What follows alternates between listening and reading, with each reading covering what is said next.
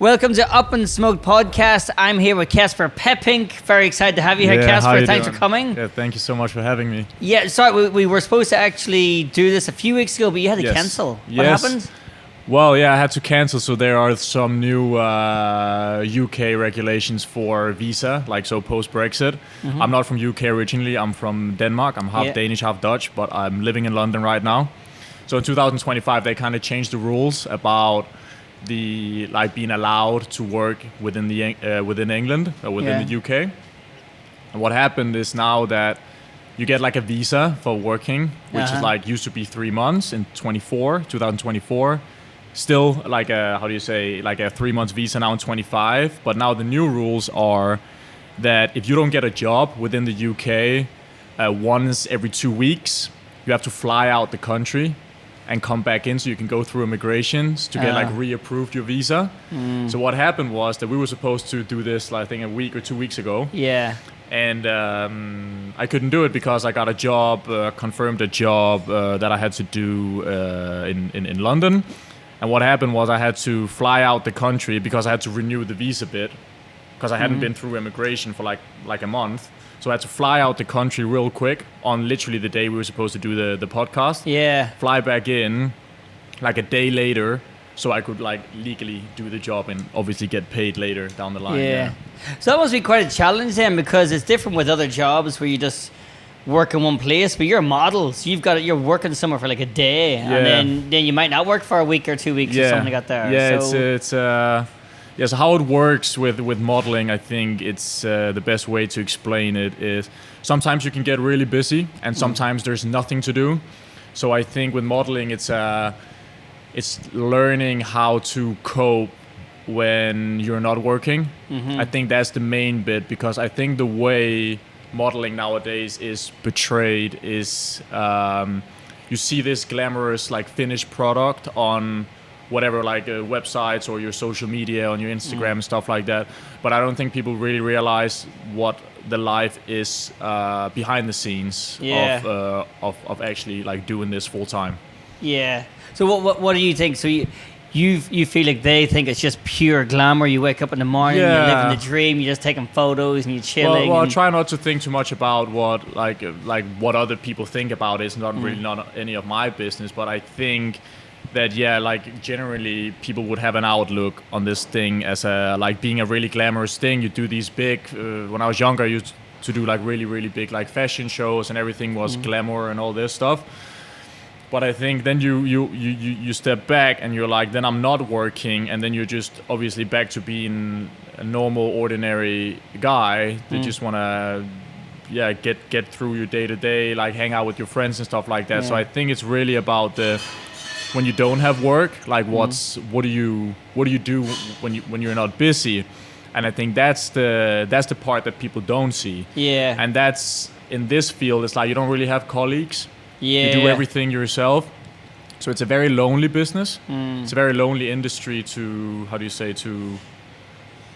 pursue. So you need to, it's a lot about keeping your mental, because you wake up on a Monday morning where most people would just like go to work or they would have like school or something like that. And you need to figure out, how do I spend my day productively now when I don't have work? How do I prepare myself the best for upcoming work in the future? And for me personally, that would be like, you go to the gym. It's very orientated about what you eat and what you drink, and how you can stay in the best possible shape for potential jobs that's going to come up in the future. Yeah. And then you kind of spend that time reloading, because it's a lot of pressure when you are at work, because clients, they expect a lot from you, because it's big jobs, high budget, like a huge production usually if you do like really big campaigns. So everything needs to be really, really on point. And if you're not like picture ready to do what's expected of you, it can like kind of collapse around like the whole project. And so you need to really be mentally prepared when you go into these things. And I think a lot of the time when you don't work, it's that. And then just make sure that you stay in the best physical shape as possible. So you're orientated about how you train, what you eat, and stuff like that. Yeah. So when you're not busy, what would you go, like a couple of weeks without doing anything at all, or? Well, it can vary. So I've done this for 10 years now. 10 years. Right? Yeah, I signed. I'm 24 now. I signed when I was 14. 14. Wow. Yeah, so my story. How did that come about? You applied for something? No. I never ever thought about modeling. I was very I just wanted to do school and be with my friends and be a normal guy. I didn't want anything crazy. And then I was gonna visit my dad in Scotland. He was working in Scotland at the time. So I was in the airport with my mom and my little sister. So we were gonna fly over and just visit him for a couple of days. We go through security, and this guy comes up to me, to us, and approaches us and starts talking about this. How do you say? Like it was really weird in the beginning because I was 14, and the guy started talking about saying like, "Oh, your son is really good looking," he said to my mom. So obviously I got a little bit like, whoa, like, back off for a second. Like, what are you on, you know? Yeah. I was like, no, you misunderstand. You know, I'm from Elite Copenhagen. This is this agency I'm still with today in Copenhagen, called Elite, yeah. And so he approached her, no, I'm from this agency. And you have a really good face for modeling, blah, blah, blah. Here's my card, and give us a call, something like that. And my mom used to be with this agency when she was younger. She used to do modeling when she was young as well. Right, so she kind of knew the company and like the agency, so that felt more comfortable. So we went in a couple weeks later after we got back, and we did a couple pictures, and they signed me when I was 14, which was very unusual at that time. But apparently they saw some kind of potential. And then you're not allowed to work professionally till you turn 16. So I kind of just parked it at that point, and I just went on with my school and my life. And then on my 16th birthday, I got a phone call from my agent that I forgot that I had, obviously, because I just kind of put it away. And then he asked about, there was 2 potential big fashion shows to kind of start the career. So there was Prada and Burberry. And I didn't know what Burberry were at the time. I didn't care about fashion one bit when I was 16. I did not care at all. So he was like, and I was like, what is even Burberry? So I went to my mom, something called Blueberry wants to book me. She was like, what Blueberry? I don't know. She was like, is it Burberry? And I was like, yeah, I think so. And she was like, that's a huge brand. Like, this is really, really cool. I was like, I don't know which one to say yes to. So obviously I'm naive in 16. So I just say to my agent, which one pays the most money. That's the one I want. And he was like, yeah, because they were both like really good brands. So the deal was that when you're new in this industry, a lot of the time, the big clients, they want to make an exclusive, which means that you're only allowed to work with their brand for a certain period of time, but they would pay you like extra money for it. So they would say, you can only work with us for the next 3 months, but we're going to pay you well. Okay, so if any other brands trying to come in and say, we also want to work with you, you're not allowed to do it. So I was like, I know nothing about this industry, so I just said to him like, yeah, whatever pays the most, you choose. And then he called me 2 days later and said, we're going to do Burberry. It's a good show. It's a good client. They want to use you for the next, I think it was like 3 to 4 months. So I did the show, and then I did a lot of e-commerce with them, which is pictures for the website. So I had about 8 to 10 shoots with them over the course of 4 months. So that's kind of how everything like started. Really interesting. I'm just thinking about that guy, this kind of scout or headhunter or whatever. I mean, what a weird position to be approaching 14-year-old boys in the airport and telling them they're good looking. I mean, you can see how that could go wrong. Huh? That could go, I guess if I was standing there with my dad, the situation might have gone different. He might have been like, wait. Who the fuck is this guy? What the hell is this? Because I think that's exactly what happened to Kate Moss, isn't it? I think she was in the airport as well. And, that's probably she was like 14 years old, yeah. and someone came along and just changed her life like that. Imagine, I mean, it's I wonder would she or you as well have got discovered either way, you know, or was that just a lucky moment? You're in the right place, or someone's seen a thing. But I mean, obviously they've seen something anyway. So well, I did. To be fair, like the whole scouting thing, it happened a lot of times after that as well. Okay, so you would have gotten anyway. So I think I would have gotten into it regardless. But the thing is, you're only allowed to sign with one agency per country. Okay. So when other Danish agencies happen quite a bit, like in the streets of Copenhagen and stuff, you just have to say, sorry, I'm already signed with whatever agency you're signed with. So now you live in London. You've been living in London for how long? Almost 6 months now. 6 months, and so you're modeling here as well, but you're still flying to Denmark to do stuff. So you contracted there, and you're working with someone different here then? So I have about 6-7 different agencies in about 6-7 different countries. So I work in Denmark. I work in London now. I used to do London as well with another agency, but now I just signed with a new agency. I work with Paris, I work in Italy, in Milan, Spain, Barcelona, and signed with an agency in Sweden as well. They haven't booked me yet, so I don't really know how that's gonna be going. But it's mainly like the big fashion cities of like Europe. So that would be like Milan, Paris, London, Copenhagen, stuff like that. Yeah, you know it's funny. This is actually true. As I was lying on my bed, scrolling Instagram in the morning, which I do too much of. We all do that. And I seen these cool smart glasses that I wanted, and I clicked on the ad, and then I'm scrolling through it. It's kind of like a click funnel where you're supposed to buy it at the end. I'm scrolling down, and as I get maybe halfway down or more, there's a guy that looks just like you on there with the glasses on, and I was like, that looks like Kasper Peppink. And then I scroll further and see you holding the thing, looking at it with the glass. Like, it is, that's Kasper. Yeah, it was me. So where was that? So that was glasses called Even Realities. It's kind of like a new concept. I think it's half Danish, half Chinese. Okay. And for example, I'll give you a good example how this job came about. So people within this industry, they talk, like they notice things. Everybody kind of knows each other. They've done one thing, then they've done another thing, and then everything is kind of connected in a sense. So this job I got because there was a Danish guy that I used to work with for a different glass company for like these titanium glasses called Lindberg, which is a Danish brand. For like they make some really cool, like high-end, expensive titanium glasses. He kind of quit that because it got bought up by another guy. But he always wanted to be like in the glass industry, so they started this new company called Even Realities, which is smart company glasses, which is literally that he started like being influenced with, and they needed like a model. And the thing with glasses is like, you really want to make sure they fit on the face of the model. Like you can be a good model or a bad model, but the main thing is like, do they actually fit on the face? That's like the main thing. That's how like you can have a really good looking or like really top professional model, but if the glasses don't fit well, it's not gonna sell that well.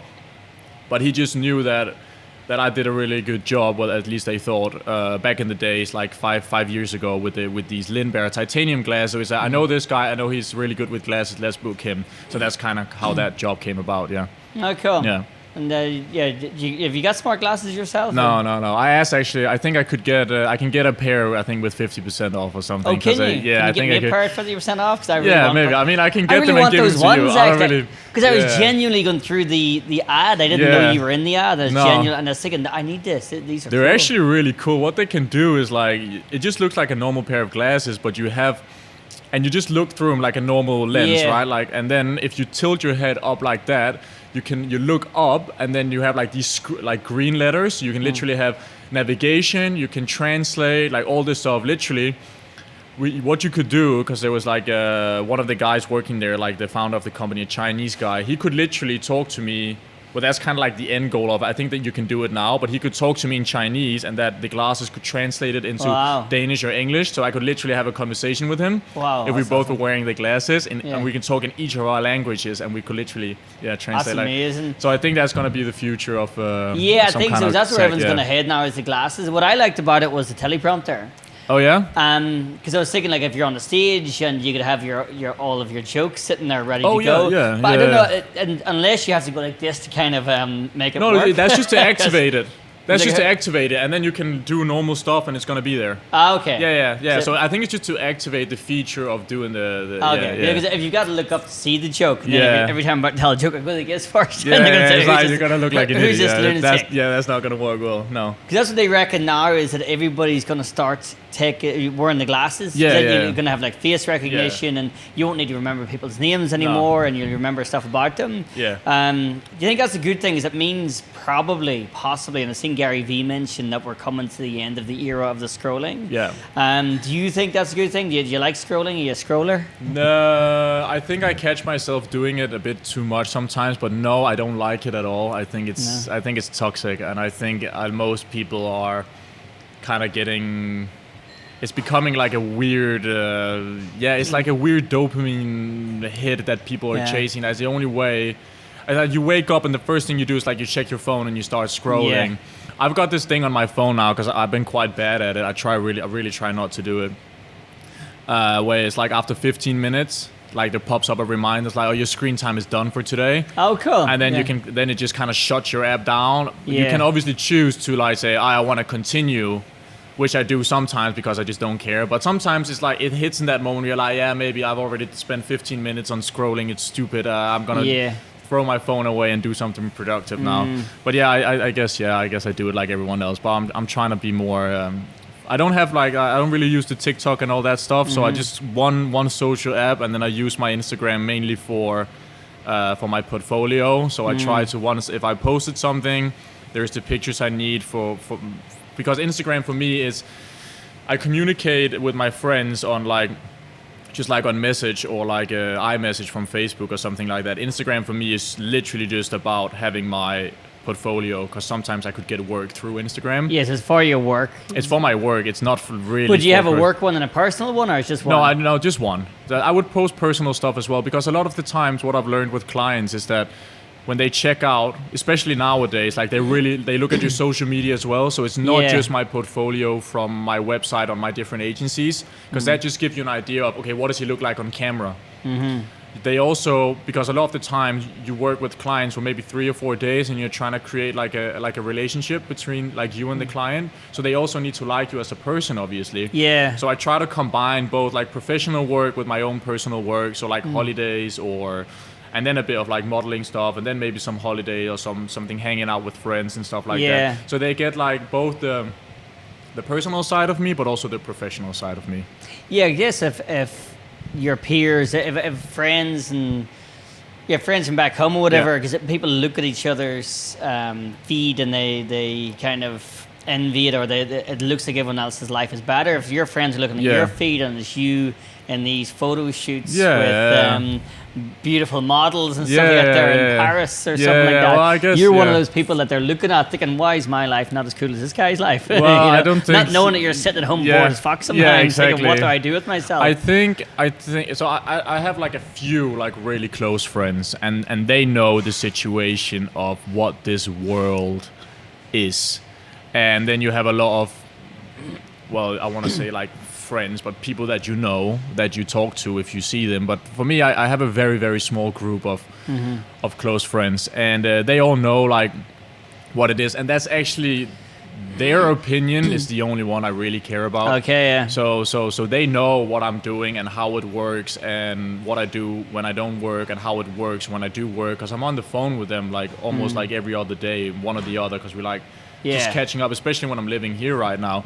And they know what it's about. My family know what it's about. And for me, that's what really matters. Everyone else's opinion about this, his life is so much this or so much this. It's not. It's just a Instagram is just this we talk about with social media. It's just a portrait of your best work or your best moments. But you said earlier, it's this is your life. Yeah. On a but everybody on Instagram is this. It's everybody's influencing. So in the sense that everybody's trying to portray the best version of their lives. They're trying to sell something or show off this everything is so great.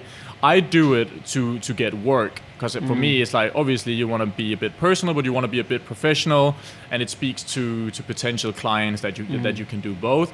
But I think maybe it would be nice if you just start defluencing, or how do you say, instead of influencing, you uninfluence, so you actually make you also wake up and look like shit, or you feel bad, or you're half ill, or you had a really bad day where you ate so much junk food, but you don't post that. You post, I'm eating avocados and clean steak and sweet potatoes, which most of the time I do, but you also have bad days where you're not treating your body the way you're supposed to, especially in this industry, but nobody posts about that, do they? Yeah, so uninfluencing. So on those days where I feel knackered and I'm still sitting on the sofa at midday scrolling, eating crisps. Yep. Cheese and onion crisps for my breakfast. Just do a reel of that. Oh yeah. No, nobody's watching. Who cares? This is what it's like. Yeah. Nobody's watching. You can do what you want, but I think nobody posts and talks about that, right? No, everyone's only, of course, everyone's just trying to post, and it's also part of the keeping up with the Joneses, and everyone else is just posting cool shit. I mean, I only really use mine mostly for either for a gig, if I remember to take a photo, or for a holiday. Yeah. And it isn't me trying to create the illusion I'm always on a holiday, because it will only be once or twice a year I'll post one of those. Yeah. But it's more for my own sake. I don't really use Facebook anymore, but I used to. And the only thing I did use it for would be if I'd go to my photos sometimes and scroll back and I'd look at my photos. It's not for other people, it's for me. Yeah. Where I'd be like, oh, fuck yeah, I went there. That was cool. Or I had that night out with these people. That was really fun. Yeah. So I'm just afraid because you don't really have whenever I was young, and it wouldn't have happened in your lifetime probably, but we used to have a photo album where you'd open up an actual book and all your photos of the page dedicated to your holiday in Cranfield or whatever it is. You don't have that now. So I mean, Facebook I have is it. Or Instagram is. We have it back home in my family house, but then obviously I'm a baby. You got a baby in them. Yeah, exactly. I'm a little kid in these pictures. Yeah. So for us, it's so Facebook and Instagram now is your photo album. You know, so even though I don't like posting it because I really feel like posting the stuff is a little bit like look at me, but it's not. It's actually like this is for me to look at later. Yeah. You know, this isn't really. I know you can hide it and stuff, but it's not where I'm.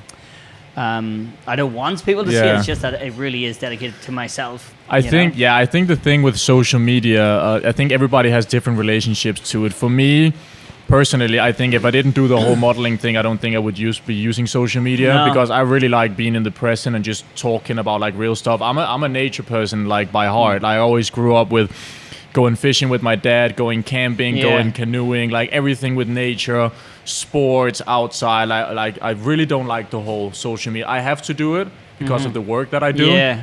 There's no way around it unless you become like top 5 and then people just know who you are. Yeah. So then you don't really need social media because you're gonna get booked regardless. But now you really need to like show off, who you are as a person personally, but also professionally. Yeah. And so I think right now, a lot of people they want to post like content to like try and go viral and like get more followers and potentially get more work. I am constantly in between wanting to do it and then I do it and then I realize I don't want to do it anyways because I don't want to be that guy. Yeah. And then I want to do it again because maybe I have to grow my following to get more work. And then again, like I really don't want to be that guy.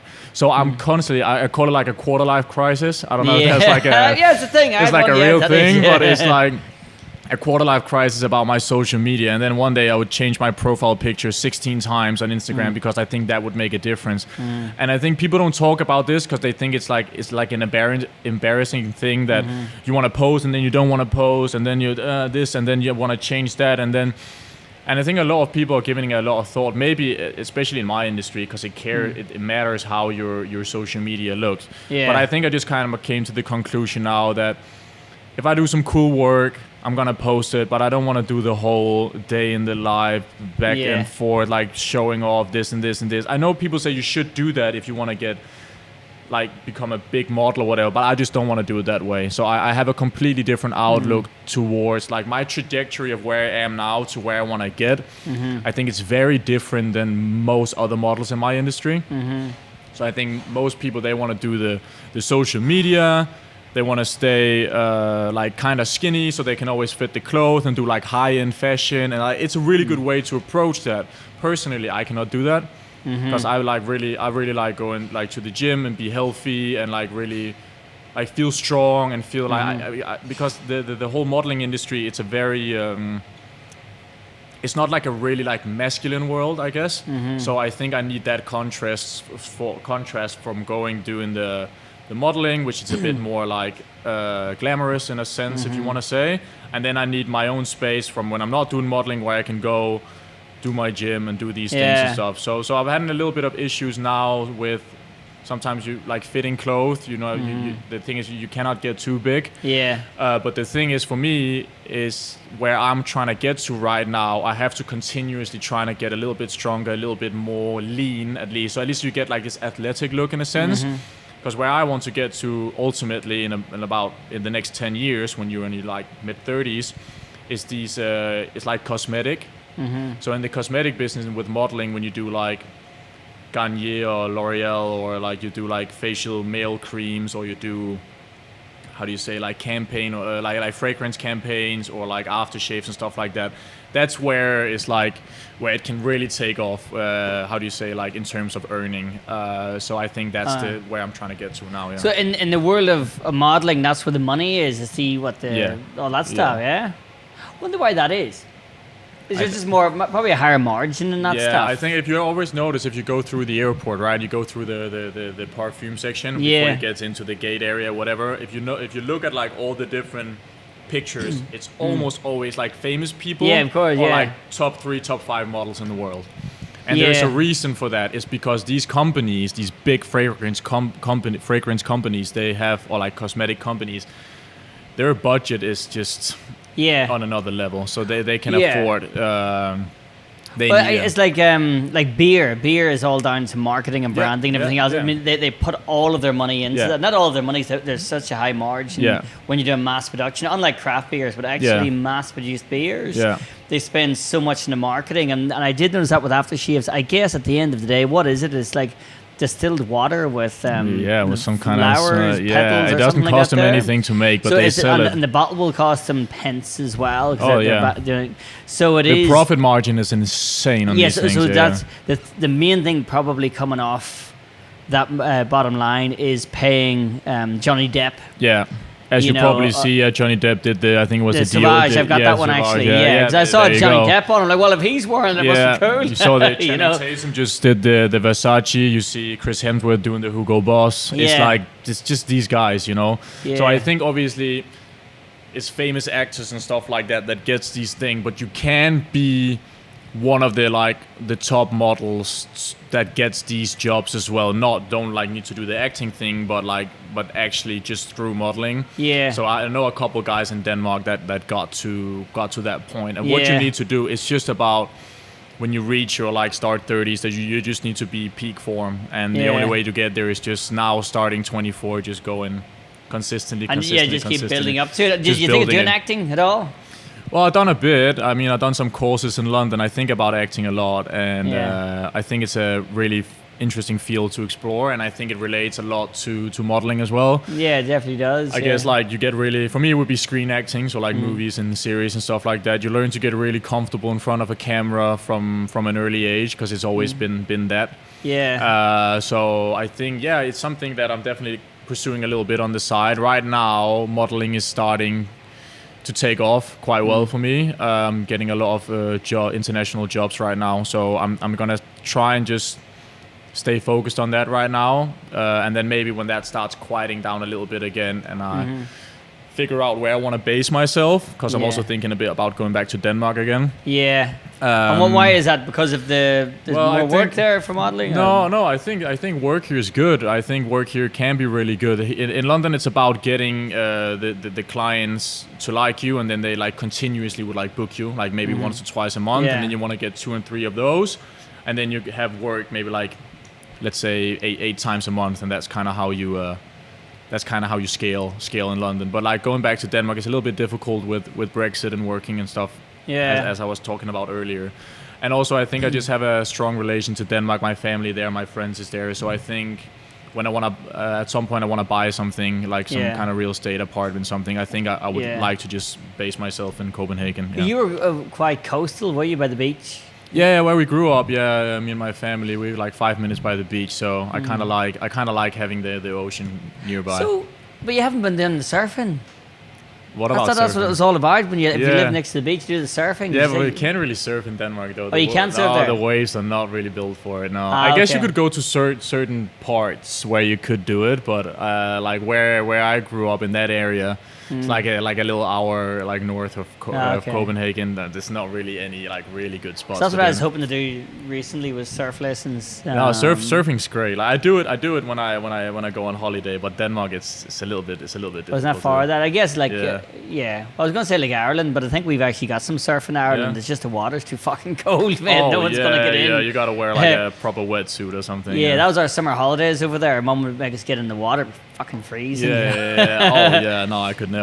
So then, being a male model and potentially an actor, I mean, you got to decide, you want to be a model or do you want to be a movie star? Yeah, I guess you can do both. Yeah. How does that, when it comes to dating, does that make it harder or easier, do you think? Well, I don't know. I think dating is I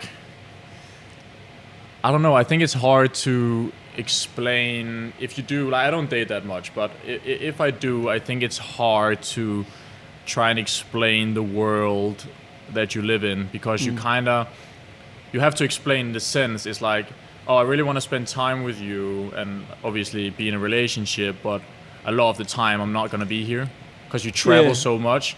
And it's like, it's hard. I guess it's hard to rely.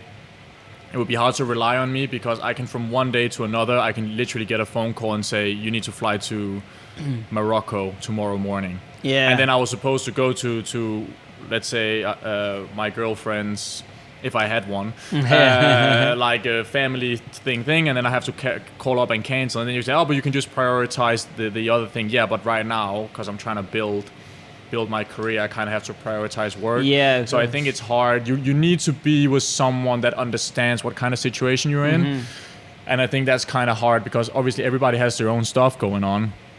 And you can't just say, well, the ideal world would be like you meet someone and you say, this is my work. And then every time there's a travel, you just bring them.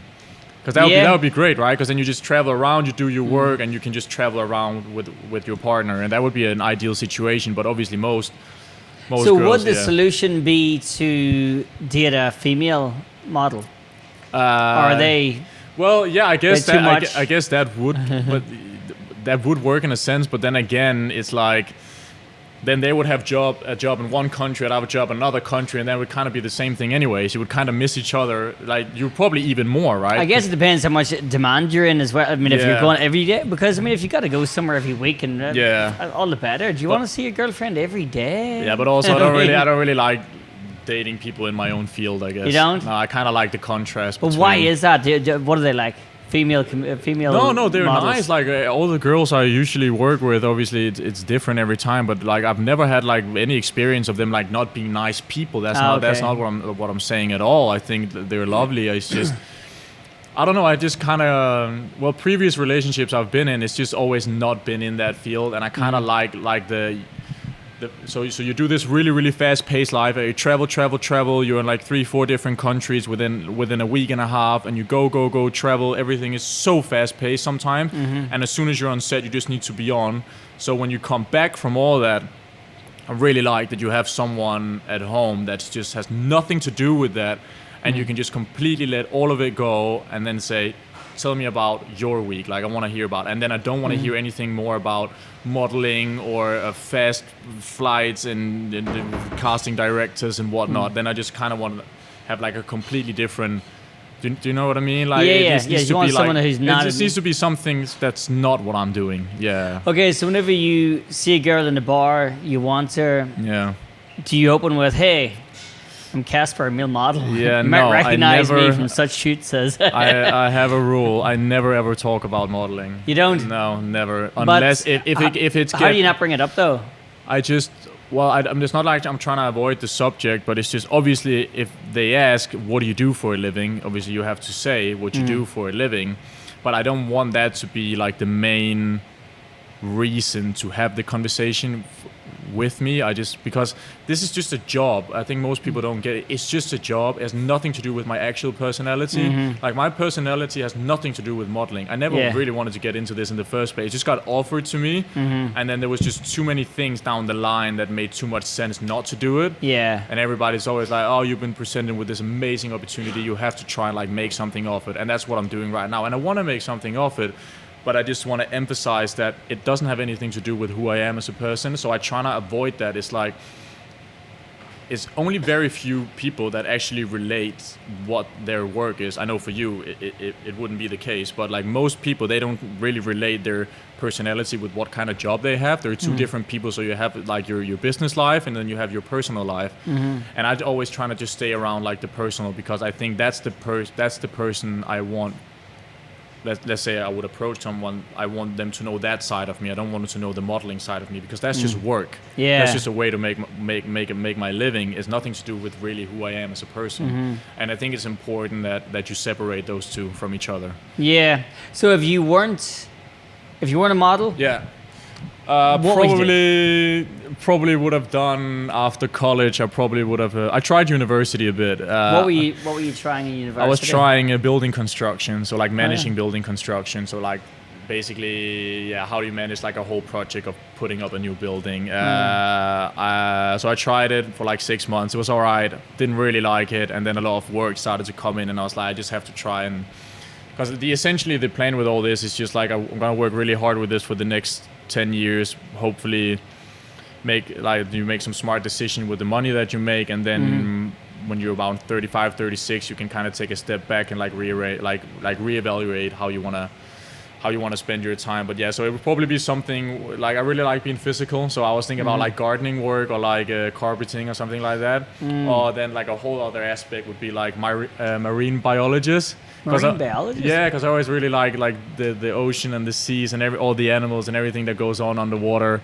Every time I go holiday, I'm the guy with the big mask on. I'm swimming in, trying to see turtles and stuff like that. So it would probably be something in either this area or that area. Have you ever done that, the deep sea diving? No, I haven't. I'm gonna go to the States with my dad when he turns 60 in about 2 years, and we're gonna get our scuba diving certificate. That sounds really cool. I really wanted to do that in Australia, but whenever I was backpacking Australia, I run out of money, and I couldn't do cool stuff. Yes, you do. Just work a little bit here, you get enough money from beer, and then you don't really get to do the things. Awesome. But I just did the snorkeling. I did the Great Barrier Reef in Australia. Oh yeah, 100%. And we did the Great Barrier Reef. Yeah. Didn't do the scuba diving because it's too expensive. Yeah. I just did the snorkeling. It's so cold out there. Oh yeah. People say if you're Irish, you shouldn't feel the cold water. Just like a wetsuit on or something. Yeah, you're Irish. You're supposed to. No, that's what the guy said. As we arrived to the center, like just above the reef, he said, right. He made us all sit down one last time to tell us stuff. Yeah. And I'd moved from one seat to the outside seat, from the middle to the outside. And he said, right, if you're Irish, don't even talk about it being too cold. Yeah, you're not allowed to. It's a bit unfair, isn't it? And then also because I now went to the outside, I was like the boat was going like this here, and then it made me sick. Yeah. So because I also love the water, but I get sick in it. Yeah. So we went to the edge to jump in. Yeah. And now I was feeling really sick. I was with my brother. Yeah. And the guy said, right, okay, guys, you ready? I was like, I'm going to be sick. So he handed me a sick bag. I was sick in it. Shit, yeah. And then I took another sick bag. Was sick in that. And then I think I took one more sick bag. Was sick in that. You're not doing that well in open water, are you? Yeah, and then my brother said, "Oh, before we get in, can I have a sick bag?" And then the guy says to me, "Do you want another one? I've got 3 sick bags in my hand." And I was like, "No, I'll be good." And then I was like, "No, just give me a sick bag just in case." Give me another one. Yeah. He handed me a sick bag. I was sick in that one, and I had 4 sick bags. And then whenever I jumped in to the water, fucking freezing. Yeah. I don't care what he says, but being Irish, I was fucking freezing, and I was shivering so hard, my shoulder was hitting me like this here. Well, wear a wetsuit next time. Maybe that'll help you out. But they never mentioned wetsuits. For scuba diving, really? No, I wasn't scuba diving. No, I was just snorkeling. Right. I was just snorkeling. All right. Yeah. Okay. Yeah. Probably not then. Yeah. I know for scuba diving. So it wouldn't suit me as a career anyway. But you'd like to be a marine biologist. Well, that was just if I wasn't. If you weren't modeling. Yeah. Because it like what does the career end of modeling? It's like 30. Is it 35? I want to say like.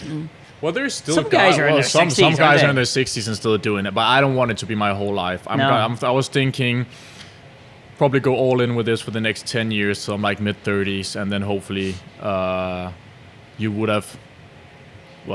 probably would have made enough to take a step back to reevaluate what your next step is going to be like career-wise, and like how do you want to like approach.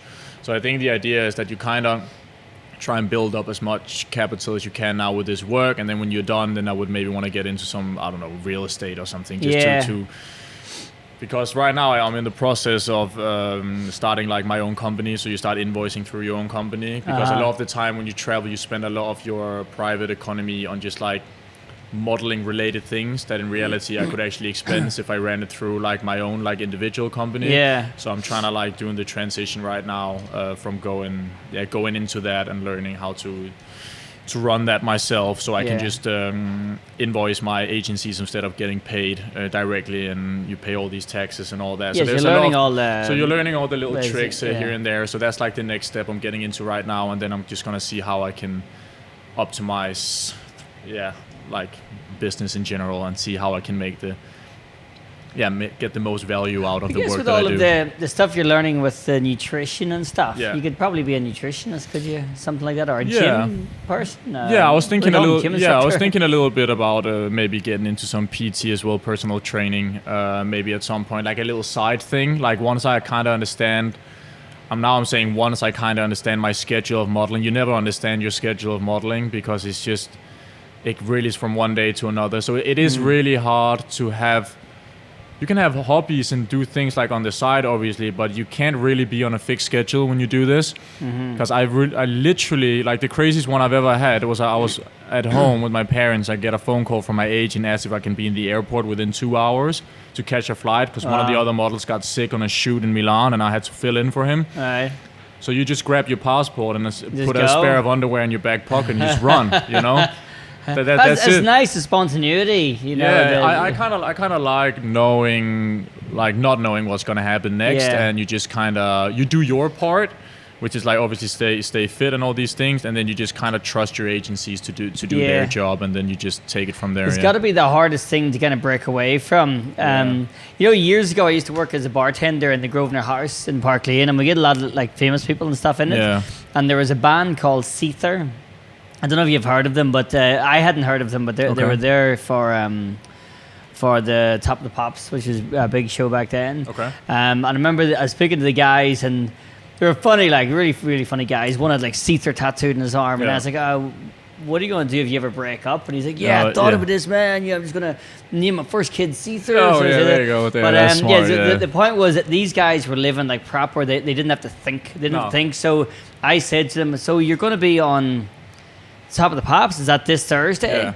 And the main guy goes to me, "Man, I don't know." He said, my manager tells me to go for a shit, I go for a shit. He tells me to go to the bar, I go to the bar. I don't know when I'm on. Yeah, exactly. You know, no, so but that's literally what it is, kind of. Yeah. They're told as it happens. Yeah, you know, you just go with like literally what I have to do now because my schedule is it's going to be kind of tight here for the next week and a half. So I literally, because I have to go visit my family, I'm half Dutch, so I have to go visit my family in the Netherlands. My cousins just got babies, so I have to go and see them. My grandparents are getting kind of old, so I want to go see them as well. But then I would literally be there a couple of days, and then I have to fly to Gran Canaria because I'm doing like a summer campaign for Marks and Spencer's that I think most people know in the UK. Okay, yeah. But what they just requested, then again, this is what you're talking about, your manager just saying, do this, do that, do that. So my agent said like, oh, by the way, before you go to Gran Canaria, you have to go to a spray tan saloon in somewhere in Amsterdam and get a light spray tan because you're kind of pale right now because it's winter and you need to look kind of summery for this campaign. And I was like, I've never done a spray tan in my life. So this is just like one of the things where you just constantly, you just listen and you're like, okay, go do that. Go get your spray tan. This is your flight. Now you fly here, you do this. And this is going to be really intense because you fly in, you land late, you shoot. The whole day, I think like Monday or Tuesday, as soon as I'm done, I have to go to the airport to fly to Barcelona, where I'm going to be landing like 1 in the night to shoot 2 full days in Barcelona for a German client. They're shooting a campaign in Barcelona, to fly back to UK to go to like an Amazon essential kind of clothing thingy where they do like a little mini campaign as well. So sometimes you get this like back to back when it's really high pace, really fast pace. And then you go back and you're like, then you got nothing. And then you need to get back into your normal like everyday routine. And I think that transition, I think a lot of people would find that really difficult. I still find it really difficult because you're trying to find purpose with your everyday life. And it's like, all my friends are in Denmark, you don't have a girlfriend, you know. So it's like you just kind of sit there. And obviously I have some friends here because I used to live here back in 2015 and I actually studied here. So I have some friends from back then, so I train with them and I go see them. But like your real like network is in Copenhagen, so you really need to figure out a way to just fill out your days with. That must be hard actually if you, because you're from there but now you're living here in London. But it's an isolated job that you're doing, but you've got the friends you made from school that are still here. Yeah, Are they still in the area? Yeah, well, my best friend moved up to Manchester now, so that's like 2.5 hours in train to get there. I've only been there a couple of times, but I have another really good friend that I train with like once or twice a week, and then I know some friends from my local gym, and then I would train with them. Yeah, so it's mainly just about like who I go to gym with, and then my spare time. Because usually right now modeling is getting quite busy. I would be mainly just internationally traveling around doing different jobs here and there. So it's nice when you're back in the UK where I live now, is just to meet up with friends and do a bit of gym and stuff like that. So you're 25? 24. Almost 24. Almost 25 now, yeah. Almost 25. Okay. Yeah. So I guess you wouldn't be doing much of the typical 25-year-old going out to the nightclubs. No, I don't. No. Tequila shots. I used to a lot with my friends when we were like from 18 till 21, 22. I guess it was just every weekend, one, two, maybe 3 times a week sometimes when we just started out. It was just nonstop. You know how it is when you're young. But I think at one point you just got to make a decision about where, like, what's your plan? Where are you trying to get to? And it just doesn't go hand in hand, like going out every other night and getting wasted and getting drunk, and then you have to wake up and go to the gym, and then you're trying to get lean and lose fat, and it's just it doesn't work. No. So I almost like rarely drink nowadays. Wow. Only on like special occasions, yeah. That's why we're on the alcohol-free beer now, yeah? This is, by the way, this is alcohol-free beer. Alcohol-free beaver time. And this is not, this is water. It's just because it looks cool. It just looks cool. Oh, yeah, like that, yeah. Yeah, it always does happen in the rastron where we set down a bottle of the water. People go, what, rum? Yeah, and they look around to see who ordered it. This is what we're doing. It's currently, 12 in the morning, and we are drinking beer and spirits. No, it's just... Yeah, it's just... Yeah. It's just water. Just water. It's just water. We're good, and this is just coffee. So Beaver Town Laser. Do you ever drink the alcohol-free beers much? Yeah, no. Yeah? I like this one? I feel like we've done it a couple of times now, eh? Yeah, you've done it with me. Yeah, I don't mind it. Yeah, in the beginning it feels because I can actually get drunk now on alcohol-free beer. Oh yeah. I'm not drunk. No, you know what? Actually, I can't get drunk on alcohol-free beer. How much is in there? Like 0.5 or nothing? 0.5. Yeah. No, this is 0.3. 0.3. 0.3 is it? Yeah, this is so I can't get drunk on alcohol-free beer, but I can get a hangover. That's crazy. Which is annoying. That's crazy. I have had on one of the events we had in here, I think I drank 6 of the Lucky Saints. The Lucky Saints, beer. yeah. And it's more than I'd know, because it's hard to... With alcohol, you can just keep drinking more and more of them. No alcohol, you drink 2 and you're kind of getting bored of it, you know? Yeah. So I drank 6 because people kept insisting, have one more with me and all that kind of stuff, even though it's alcohol-free. And then when I woke up in the morning, my head was splitting. And I'm like, what happened last night? Then I realized, like, I've got a hangover. Yeah, you got a hangover from alcohol-free beer. And if you put that all together, is it even one beer? I don't think so, no. You'd so have to have a lot, that's from not drinking alcohol for 15 months? Yeah, well at done. that point, it would have been maybe 1 year or something. Yeah, well like that. done you as well, yeah. But, it's weird, but it's not the same. But because I was actually a wine drinker, but there's no such thing, to my knowledge, of nice alcohol-free wine. No, which is why I drink alcohol-free. No, beer I heard about alcohol-free wine shouldn't be that good. No, it's good. I think I don't know why, but I think it's because the sugar should ferment and become alcohol. So if there's no alcohol, it's just sugar in water or something like that there. And it's just not nice. Yeah. You know, it's not. It's not. It's a shame because the one thing I do miss is a nice sunny day sitting with just drinking a glass of white wine. Oh, yeah, it's great. Yeah. That's all gone forever. Yeah. You know? Well, I say forever. I haven't actually committed to never drink it again. Oh, you've done pretty well so far, so. 15 months. Thats good. Thing is, if I drink, I'm going to go on a bender for like 3 days or something like that there.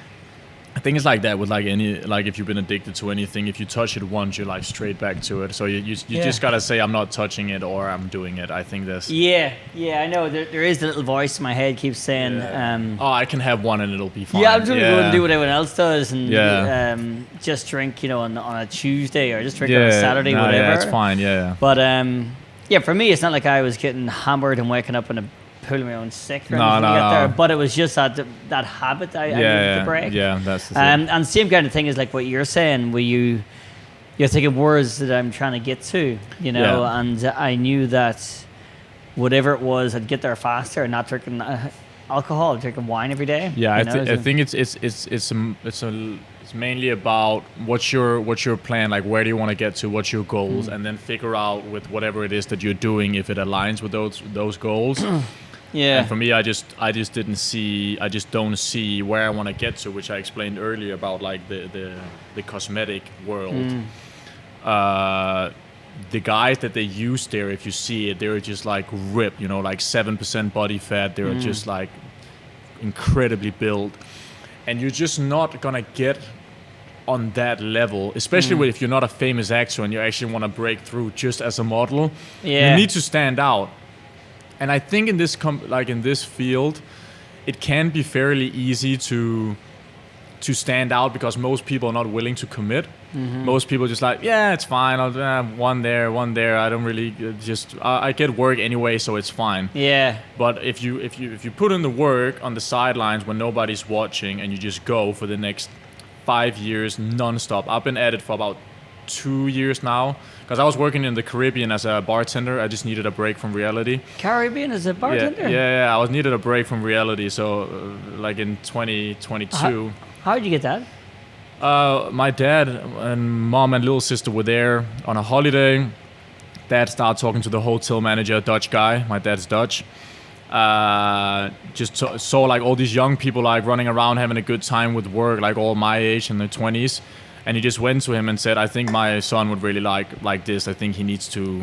Can you work there, or is it like cash? No. It was proper work. You're allowed to work there, I was employed. Yeah. Oh. And then he came back to me and he was like, yo, if you want to break from Denmark and all this modeling stuff and like everything that's going on here. How long ago was this? I didn't know. No, I was